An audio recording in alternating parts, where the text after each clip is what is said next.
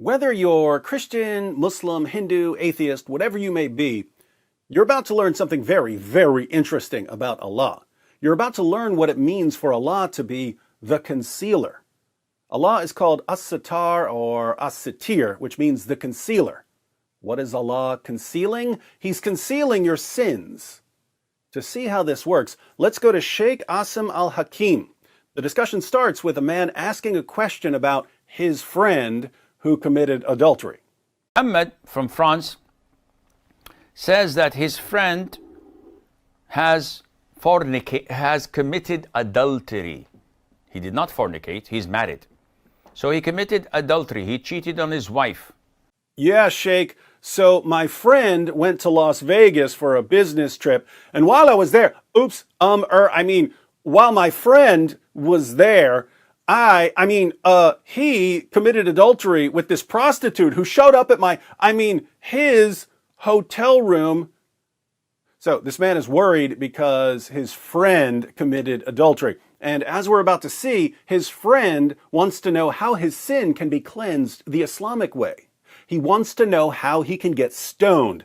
And we're not talking about smoking the chronic here. So he committed adultery, he cheated on his wife. And now he's back with his wife, repenting and wanting to know which place or how can he get the punishment of stoning to death to cleanse his sin. All right. This man, his friend, lives in a country that doesn't stone adulterers, but he wants to be cleansed of his sin. So what can he do? Sheikh Asim gives two responses. First, this guy can't just get his friends or his imam to stone him to death.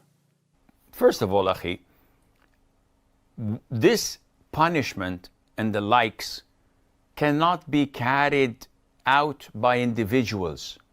It cannot be carried out by the community, the Muslim community, or the head of the Muslim Islamic Center. This prescribed punishment, whether it's beheading, execution, or flogging, or stoning, or chopping off the hands of a thief, can only be executed by the Muslim ruler of the country. So, you don't have the right to carry out these kinds of punishments on yourself. So for you, my friend, you don't have the right, or your friend does not have the right to... Did you catch that? So for you, my friend, you don't have the right. Your friend doesn't have the right. Your friend does not have the right to ask others to stone him to death. And if he does, then he would be committing suicide. Those who stoned him would be murderers and must be punished according to Islamic law. Second, if you got away with adultery, then Allah helped you get away with it. So just keep quiet about it. So what to do, Sheikh? Akhi, Allah, one of his beautiful names is as-sittir, the one who conceals.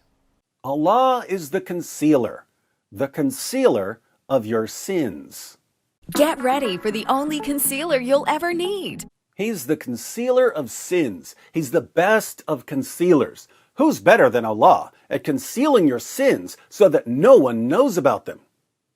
Now, what if Allah conceals a man's sins, but the man feels guilty about what he's done and he wants to confess?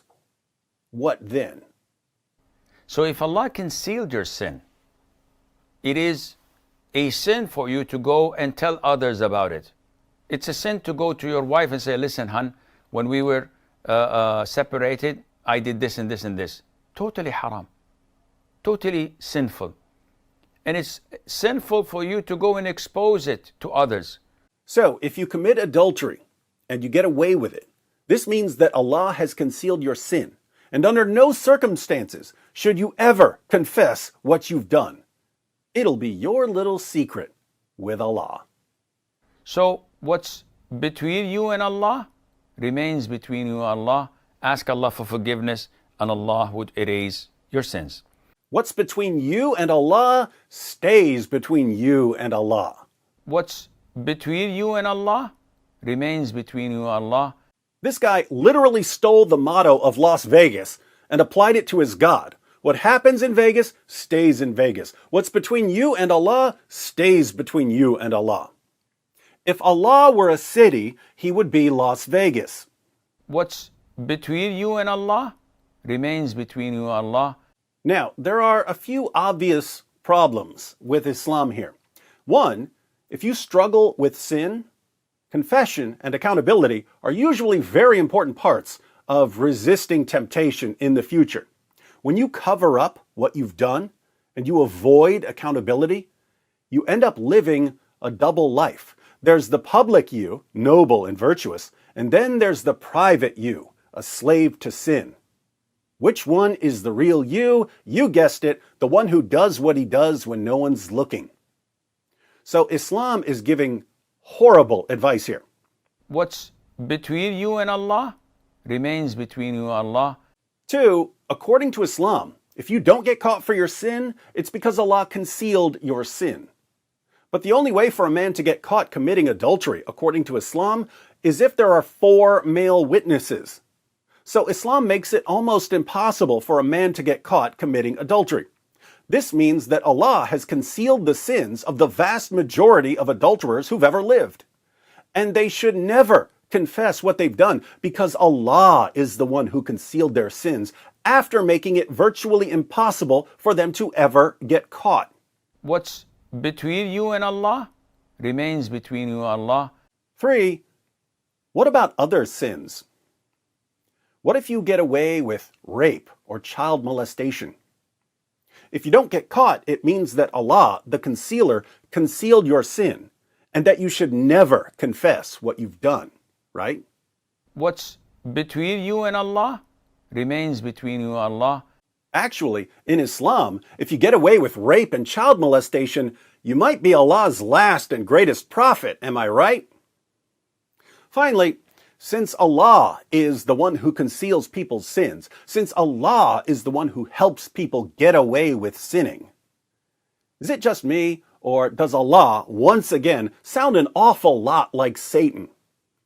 We've seen in other videos that Allah brags about being the best of deceivers. We've seen that Allah wants people to sin and that he threatens to destroy people if they don't sin. And here we find Allah telling people that if they sin, he'll cover up their sin for them so that they never get caught. It's like Satan went into the cave with Muhammad, roughed him up a bit, and claimed to be God in order to create the world's largest false religion. But every now and then, his pride got the better of him, and he just couldn't resist bragging about being Satan. It just backfired on me. It just backfired on me. This is a part of a religion. There's a reason to it. Yeah?